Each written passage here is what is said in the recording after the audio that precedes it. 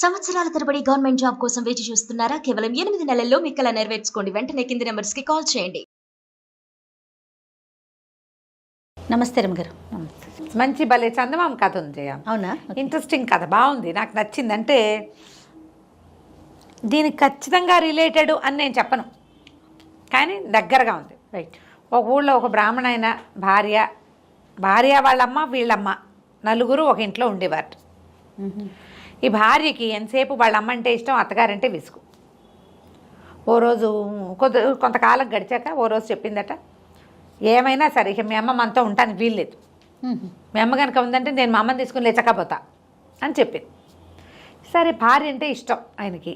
ఏం చేస్తాడు సరే అనుకుని ఏమన్నాడు, అమ్మ చెల్లాయికి ఏంటో బాగులేదుటే, వాళ్ళ ఇంట్లో ఏదో ఇబ్బందిగా ఉందట, ఎవరినైనా అమ్మని తోడు పంపించు, ఎవరినైనా ఇచ్చి పంపించమంది, ఎవరో ఎందుకు, నువ్వు మధ్యాహ్నం అన్నం తినేసేయి, నేను నిన్ను తీసుకెళ్ళి దింపుతానన్నాడు. ఈ అమ్మ కొంచెం సాత్వికురాలు. కూతురు అండతోటి కోడల తల్లి కొంచెం గైరుగా ఉండేది. ఇప్పుడు ఆడ మగ ఉన్నారు, భర్త మగవాడి సపోర్ట్ ఉన్న వాళ్ళు ఒక రకంగా, ఆడవాళ్ళ సపోర్ట్ ఉన్న వాళ్ళు ఒక రకంగా ఉంటారు. ఆయన బయటికి వెళ్ళిపోతాడు, ముగ్గురు ఆడవాళ్ళు ఇంట్లో ఉంటారు, వాళ్ళిద్దరూ ఓ జట్టు, తల్లి పిల్ల. అత్తగారి మీద పడతారు, ఈవిడ మెతకది. సరే, ఏమైంది, కొంచెం ఎండెక్కింది, మధ్యాహ్నం అన్నం తిన్నాక అమ్మని వెంట పెట్టుకుని ఆవిడ చిన్న చేతి సంచిలో ఒక చీర జాకెట్ పెట్టుకుంది. అప్పట్లో ఏముంది, చిన్న మూటలు కట్టుకునేవాళ్ళు, అంతేగా. ఆ మూట సంకాన్ని పెట్టుకుని కొడుకుతో పాటు వెళ్ళింది. తర్వాత బాగా ముందుకు వెళ్ళాక అమ్మ కాళ్ళు వస్తున్నాయి, ఒక గంట పడుకుందాము, ఒక అరగంట పడుకుని చీకటి పడే వాళ్ళకి చెల్లా ఇంటికి చేరదాం అని చెప్పాడు. సరే, తల్లి ఏం చేసిన మూట ఎత్తి కింద పెట్టుకు పడుకుంది. కొడుకు పడుకోలే. తల్లి అక్కడ పడుకోగానే చల్లగా వెనక్కి నడిచి ఊరెళ్ళిపోయాడు. ఆవిడ ఎక్కువసార్లు వెళ్ళిన మనిషి కాదు పాపం, పెద్దగా దారులు తెలిసిన ఆవిడ కాదు. ఇప్పుడు పని పాటలు చేసుకునే వాళ్ళైతే ఆ దారిని అడవికి పోవటం, ఆ దారిని గొడ్డుగోదా తోలుపోవటం, వాళ్ళకి దారులు తెలుస్తాయి. ఇంట్లో ఉండే ముసలమ్మకి ఏం తెలుస్తాయి దారులు తెనులు? ఆవిడ కాస్త లేచి కూర్చుంది. చూస్తే కొడుకు లేడు, ఏదో కాస్త అలా బాతకెళ్ళి ఉంటాడనుకుని కూర్చుంది. రాలా, చీకటి పడిపోయింది, భయం వేసేసింది ఆవిడకి. ఎటు వెళ్ళాలో తెలీదు, ఏడ్చుకుంటూ కూర్చుంది. అయితే ఏంటంటే అది సాయంకాలం చీకటి పడుతూ ఉండగా కాలాలన్నీ తిరుగుతున్నాయట. వేసవికాలం, వర్షాకాలం, శీతాకాలం, ఈ 3 కాలాలు ఆ దారిన వెళ్తున్నాయి. మనిషి రూపంలో వెళ్తున్నాయి. అయితే ఎండాకాలం అందుట ఈ ముసలమ్మ ఎందుకో ఏడుస్తోంది. నేను కనుక్కుంటానని ముసలమ్మ దగ్గరికి వచ్చింది. అవ్వా, నేను ఎండాకాలాన్ని, నా కాలం అంటే నీకు ఇష్టమైనా అందుట. ఎందుకు ఇష్టం కాదు నాయనా, ఎంతో ఇష్టం. ఎండాకాలం వస్తే ఎంచక్కా మామిడి పళ్ళు వస్తాయి, ఎంచక్కా మల్లెపూలు వస్తాయి, ఒడియాలు పెట్టుకోవచ్చు, ఆవకాయ పెట్టుకోవచ్చు, హాయిగా పొద్దంతా నిల్చుంటుంది, రోజంతా పని చేసుకోవచ్చు, పని పాటల రోజులు నాయన. ఎండాకాలం అంటే వేసంకాలం అంతా మంచి కాలం ఇంకోటి ఉంది, అసలు నువ్వు ఎంతో మంచివాడివి బాగుంది అన్నది. అనేసరికి వేసవికాలానికి సంతోషం వేసింది. అబ్బో, ఎంత బాగా మెచ్చుకుంటుంది ముసలిమామ, సంతోషించాడు, వెళ్ళిపోయి. ఇప్పుడు వర్షాకాలం వచ్చింది. అవ్వ ఎక్కడికి వెళ్తున్నావు, ఎందుకు ఏడుస్తున్నావు అని కనుక్కొని, నా పేరు వర్షాకాలం, నా కాలం అంటే నీకు ఇష్టమేనా అంది. ఎందుకు కాదు నాయన, వర్షాకాలం వస్తే హాయిగా ఉంటుంది, చక్కగా చినుకు పడుతుంటే భూమి మీద నుంచి వాసన బాగా వస్తుంది, పంటలు బాగా పండుతాయి, మొక్కలు ఎంత బాగుంటాయో, వర్షాకాలం మహా బాగుంటుంది వర్షాకాలం అంతా.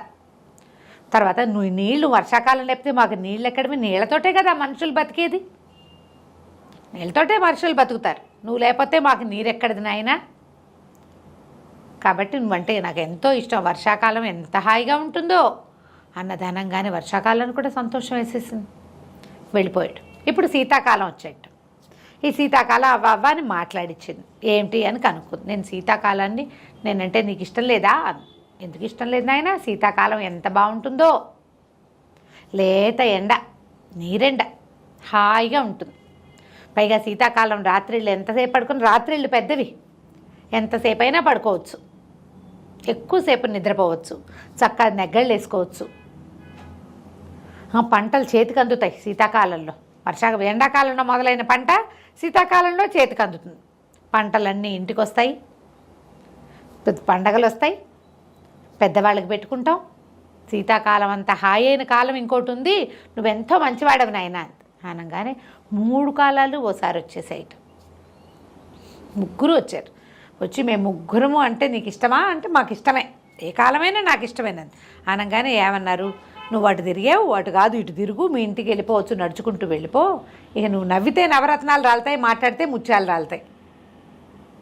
నువ్వు ఇంత మంచి మాటలు చెప్పావు కాబట్టి మాట్లాడంగానే ముత్యాలు పడిపోతాయి నోట్లో నుంచి, నవ్వితే నవరత్నాలు రాలిపోతాయి. వరం ఇస్తున్నావు, ఇంటికి వెళ్ళిపోమన్నారు. రెండో వైపుకి తిప్పారు కదా, వెనక్కి మళ్ళీ నడుచుకుంటూ పోయింది. తెల్లవారుజాముకి ఇల్లు చేరిపోయింది. ఆవిడ ఒక్కతే వెళ్ళాలి కదా. తెల్లారి 4:30 కల్లా మెలకు వచ్చిన బామ్మడు ఆయన సంధ్యావందనం చేసుకోవడం లేస్తాడుగా బ్రాహ్మీ ముహూర్తంలో. తలుపు తీసారు కల్లా వాకిట కూర్చున్నది అమ్మ. ఏమేమో మా అమ్మ వచ్చేసింది అని కేకేశాడు. బయటకు వచ్చింది కోడలు. ఏమిటండి ఎందుకు వచ్చారంటే, నేనేం చేయను, నాకు భయం వేసింది, అక్కడ ఎవరు లేరు అనగా నా నోట్లోంచి ఏమిటో పడిపోతున్నాయి. ఏం పడిపోతున్నాయని దీపం పెట్టి చూస్తే అన్నీ ముత్యాలు కనపడుతున్నాయి. ఇదేమిటి ఎక్కడి నుంచి ముత్యాలు రాలుతున్నాయి? ఆశ్చర్యపోయింది. ముత్యాలన్నీ ఏరుకుంది. ఏం మాట్లాడించినా ఆవిడ నోట నుంచి ముత్యాలు రాలుతున్నాయి. ఇంతలో ఏమైంది, ఓ పిల్లటి పోతుంటే ఆ పిల్లి తోక తొక్కాడు కొడుకు.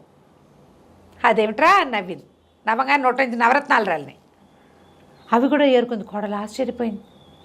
ఇదేమిటి అంటే, ఏమిటోనే అడవిలో అలా ఏదో జరిగింది, అందుకని ఇలాంటి వస్తాయన్నారు.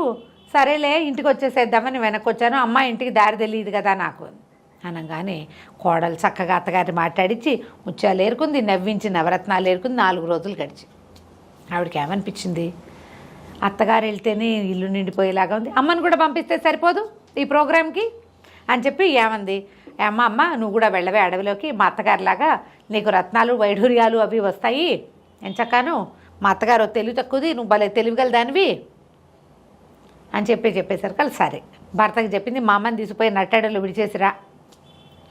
సరే అత్తగారిని మోసుకెళ్ళాడు. ముందు ఆ అమ్మని తీసుకెళ్ళాడుగా, అదే దారంటే అత్తగారిని తీసుకెళ్ళి ఈ ముసలమ్మను కూడా అక్కడ వదిలిపెట్టి వచ్చేసాడు ఆయన. వెనక్కి వచ్చేస్తే సరే కాసేపు కూర్చుంది చూస్తోంది ఎవరైనా వస్తారేమని. సరే వేసవి కాలం వచ్చింది. మొదట నా పేరు వేసవి కాలం, నేనంటే నీకు ఇష్టమంటే ఏం కాలం, దిక్కుమాల కాలం, ఎండలకు మడమలా మాడిపోతాం, చుక్క మంచినీళ్ళైనా దొరకవు, ఎంత నీళ్ళు తాగినా దప్పికి తీరదు, దిక్కుమాల కాలం, రోజంతా ఎండే, తెల్లారి దిగించి పడుకునేదాకా వేడి మలమల మాడిపోతాం, భూమి కాలిపోతుంటుంది, దిక్కుమాలిన కాలం అని మెటికలు విరిచింది. ఎండాకాలం దిక్కుమాలింది, వాడు మొహం మార్చుకుని పోయింది ఎండాకాలం. అక్కడి నుంచి వర్షాకాలం వచ్చింది. వర్షాకాలం కూడా అడిగాడు, నువ్వు ఎక్కడికి వెళ్తున్నావు, ఏమిటి నీ సంగతి ఏమిటి అన్నీ కనుక్కున్నాయి. మా అమ్మాయి నన్ను ఇక్కడ కూర్చోమందని చెప్పింది. సరే నా పేరు వర్షాకాలం, నా కాలం అంటే నీకు ఇష్టమేనా? ఏం కాలం, దిక్కుమాల వర్షాకాలం, పొద్దున్న దగ్గర నుంచి రాత్రి దాకా పొద్దున్నే వచ్చిన వాన పొద్దుకి వచ్చిన చుట్టం పోరట్టు, వానలు పొద్దున్నే వస్తాయి, రోజంతా వర్షము, ముసుర్లు, ఓ కూర దొరకదు, ఓ నార దొరకదు, బురద, మట్టి, మశానం, కంపు, బట్టలు ఆరవు, గుడ్డలైనా ఆరవు కదా, అంతేగా, బట్టలు ఆరవు, ఓ కూర ఆరదు, ఏది ఆరదు. బియ్యం ఆవిడకి ఏంటంటే రాత్రిపూట పిండి తినాలి ముసలమ్మ. బియ్యం ఆరబోసుకుంటే బియ్యం ఆరనివ్వవు, 5 రోజులైనా ముఖవాసన కొడతాయి, ఊరంతా కంపు అని తిట్టింది. వర్షాకాలం నిర్గాంతిపోయింది, అదేమిటి ఇలా చెప్తుంది అని వెళ్ళిపోయింది.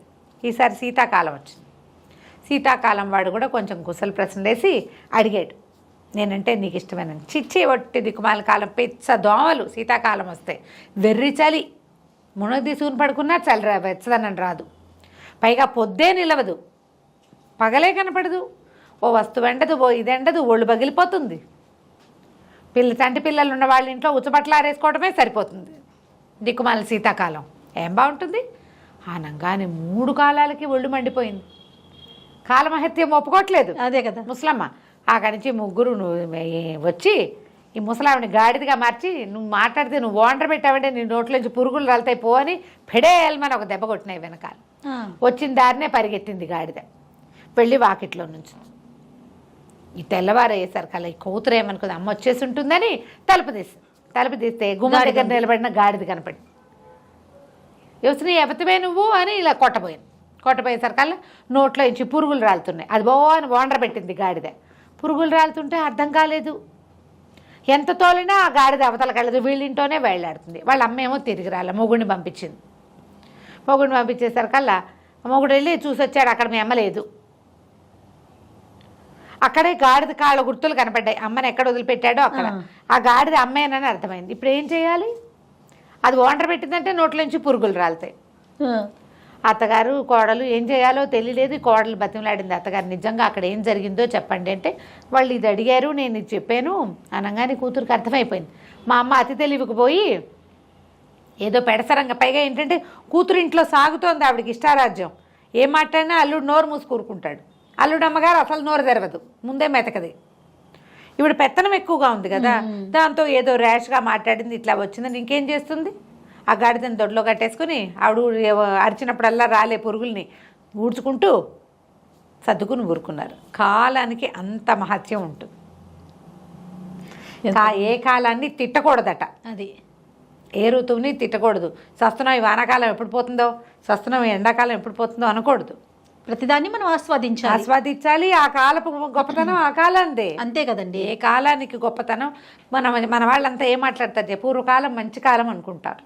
అవును, అవునా కాదా? అంతే, గడిచిందంతా మంచిదే మంచిది అనుకుంటాం ఎప్పుడు కూడా. కానీ పోయింది పొల్లు అనుకోం ఈ విషయంలో. అవును రమ్మగారు కదా, మనం ఇంకా భవిష్యత్తు మీద ఆశతోటి ఉండాలి. వచ్చే కాలం మంచి కాలం, ఈ కాలము మంచిదే, వచ్చే కాలము మరీ మంచిది అనుకోవాలి. అనుకుంటే బాగుంటుంది. కథ చూడు ఎంత ముచ్చటగా ఉంటుంది. చాలా బాగుందండి, అద్భుతం. నమస్తే రమ్మగారు. నమస్తే.